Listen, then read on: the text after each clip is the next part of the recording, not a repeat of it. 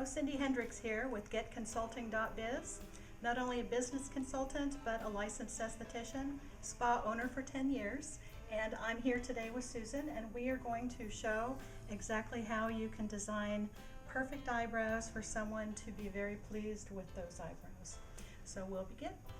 Okay, Susan, I'm going to design your brows with powder, okay, so that you can see in advance exactly what your brows are going to look like before we even start with the wax.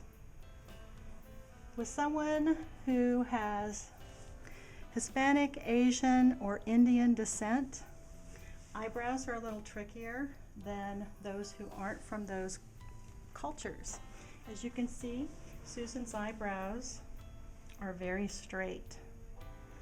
And when you have very straight eyebrows, sometimes they don't cooperate with the wax, and not only do they not cooperate with the wax, but when you come in to the eyebrow right at the arch, the wax will attach itself to other eyebrows and you end up without the design that you were interested in.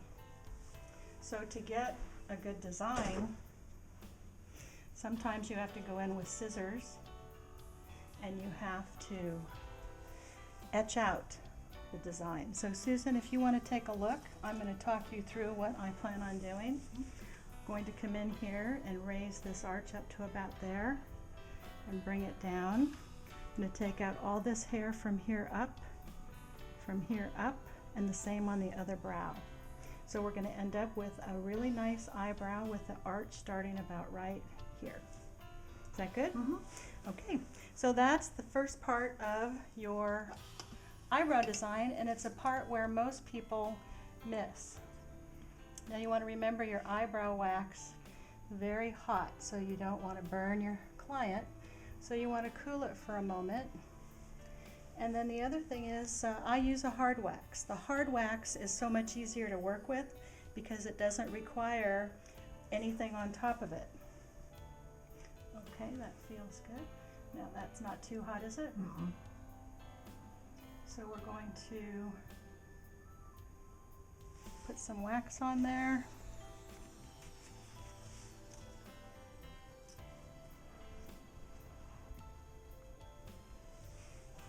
Wax is just a little hot, so I've turned it down.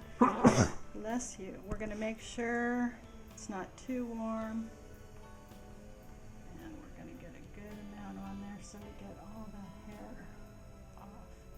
Now, one of the things you want to do once you have gotten the wax on there is to make sure you have not attached the wax to hair you do not want to take. Big mistake a lot of estheticians make. So you want to check it before you rip.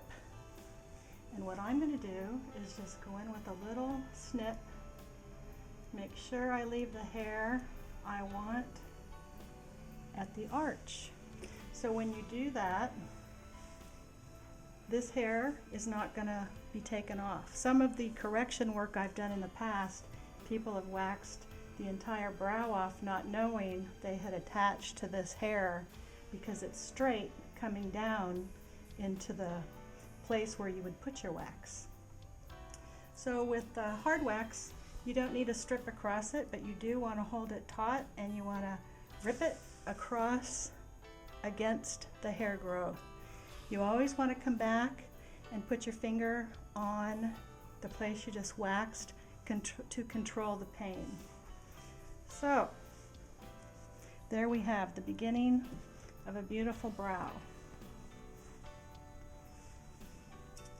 Now the top of the brow has a little controversy. Some people say you should never wax the top of the brow. I say, why do you spend time making a beautiful brow if you're not going to make the entire brow beautiful? Why do that? So, again, it's wise before you continue on to make sure you don't have any of the hair you don't want to take. As you can see, the hair grows straight, and if you go a little too far down, you're going to be taking hair that you don't want to take. So Now you see she's got hair close to the eyebrow, the hairline, so we're just going to snip that off and make sure that we don't get any hair in that eyebrow. So again, pull the skin taut, rip, apply pressure, and if you don't get it all, do the same. Now Susan probably doesn't know that didn't hurt as badly as some of the other waxes, but it didn't. Now you can see where the brow is still full.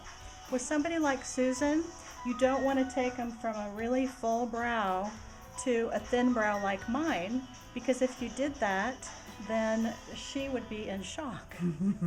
So to start, we would give her a little brow. Now I might go in here and take a little more off here, but before I do that, I'm going to ask her to take a look in the mirror. Wow. And see how that opens her eye wide open. Now do you want to take a little more off to give it a little more design, or are you comfortable with where you are there? I think we take a little bit more. Okay, we will do that. Now I also have a smaller wax utensil that I use to go into some tougher spots where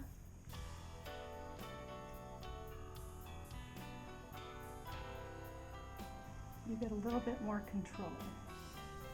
And then sometimes with this brow, I might go in and I might use a scissor to trim out the design I want before I wax, to make sure that I get exactly what I want. Because as you can see, the hard wax is so much easier to work than if I had to put something on top of it to rip it off. So we're just a little bit. And then what I always do is go in on places where you can't get as close as you'd like to. Of course, I'm using my Tweezerman tweezer to really get that arch. You can also go in with one of these little sticks and use the little tip. And I think for Susan's first go around at waxed brows, that's a beautiful brow to start with. And as I said, as she acclimates to a smaller brow, I think she would be very pleased to have a little less brow down the road. Now, if you look at Susan's brow, she has hair growing down a little lower on her eyelid. That's an area that you would want to ask your client if you would like to go a little lower, or if they would like to tweeze them themselves, or if they would like to just leave it. That would be a call that your client would make. And of course you can always recommend, but that's a place that's going to have a little bit more pain involved also. So there you have it, a beautiful brow, and then we'll continue on and do the other side, and hopefully you will be back to check some of the other things that we do here at Get Consulting. Thanks so much, and have a great day.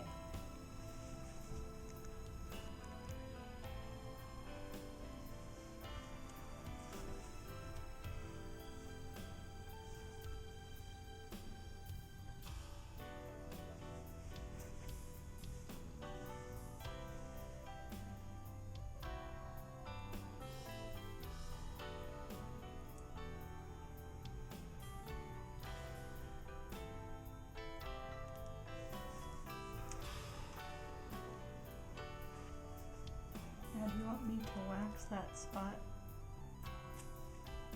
that's lower on your eyelid, or you want to tweeze them? I wasn't sure where you were. Look in the mirror and I'll show you. See this hair here? The sun's right behind you. See this hair here? Uh-huh. Looks like you only have it on one side. You must sleep on this side. Okay, yeah, probably. Uh-huh. So this hair down here. See this? You Oh, want me to down here. wax that? Yeah, if you could. I am Okay. not good at maintaining. Well, it's going to smart a little bit more than the others because it's more tender skin.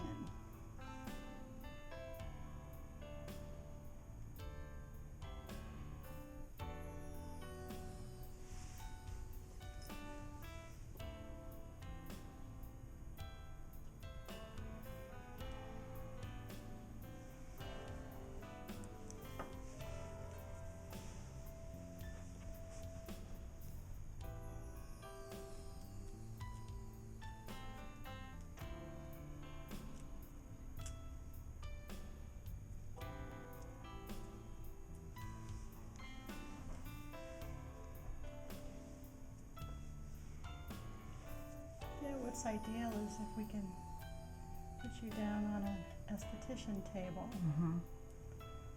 and it makes the lighting perfect because then it's just directly overhead. So when people are set up on these brow bars, how would they have to have a light on that card or something?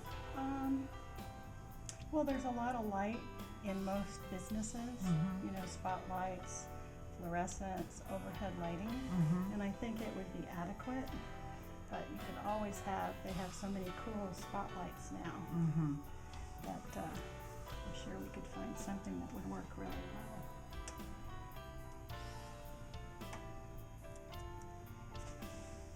Because I imagine if they were in one of those malls, that would be kind of sporadic because the lighting would be really high up. And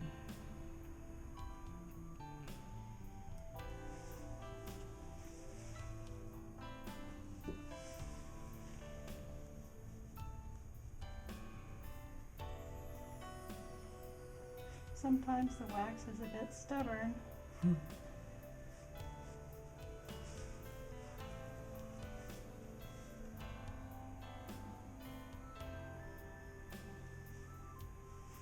Now we're going to get in and really cut that arch out a bit. You know, the hardest eyebrows I ever did was actually a friend of mine who's Chinese, and most of the designing I did was a trim because her eyebrows were kind of similar to yours, but really straight.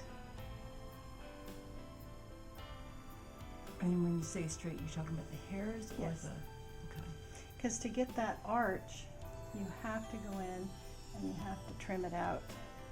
Because sometimes the wax isn't as easy to get where you want it to be as it could be.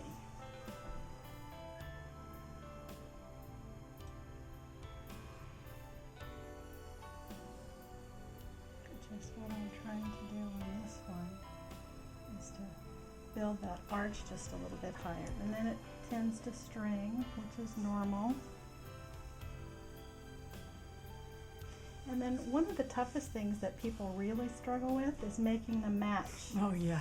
I hear a lot of times that people talk about having eyebrows as sisters and not twins, but I haven't found a set of eyebrows that I couldn't make look like they were identical. Now I think, and you tell me if I'm wrong, this side is higher than your left side. Is this higher?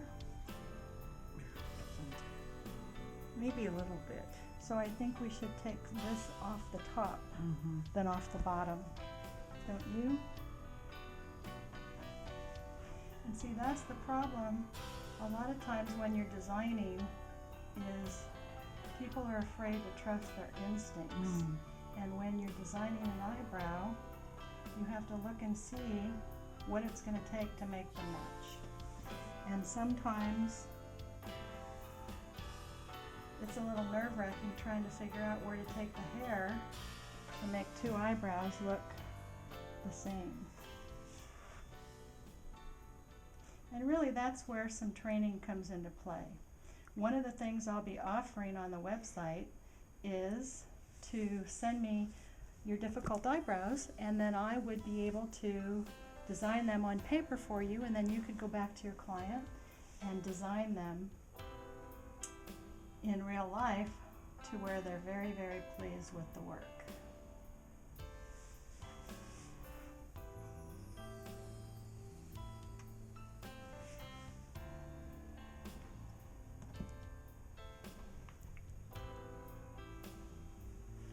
If we could get you to where you're not in the sun, just swing around a bit and you look and see if they look even. Let me have a look at you. And I think the one on the left is still a little thick, don't you think? You're right? Am I right? Yes. We'll just take some of this out right here. So sometimes you've got to get in there with that tweezer, because because taking it off with the wax doesn't give you the time that you get with the tweezer to figure out where you want to take the next amount from.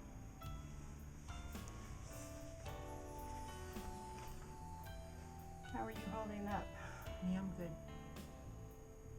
Still hurts a little bit? No. Okay, good.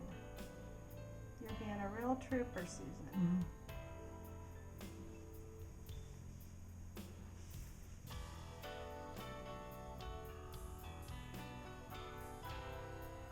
And sometimes it takes a little bit of time the first time you design somebody's eyebrows to get them even. Because people obviously don't come in with them even when you're working on them. It's remarkably even. I think they look great. What do you think, Susan? Oh yeah, they look great. And the best part about eyebrows is that it raises the face. As we age, that's one of the big things we want to do is pull that face up. So, thanks for being here with us today, and hopefully you will too come to the website, getconsulting.biz, and check us out. Thanks.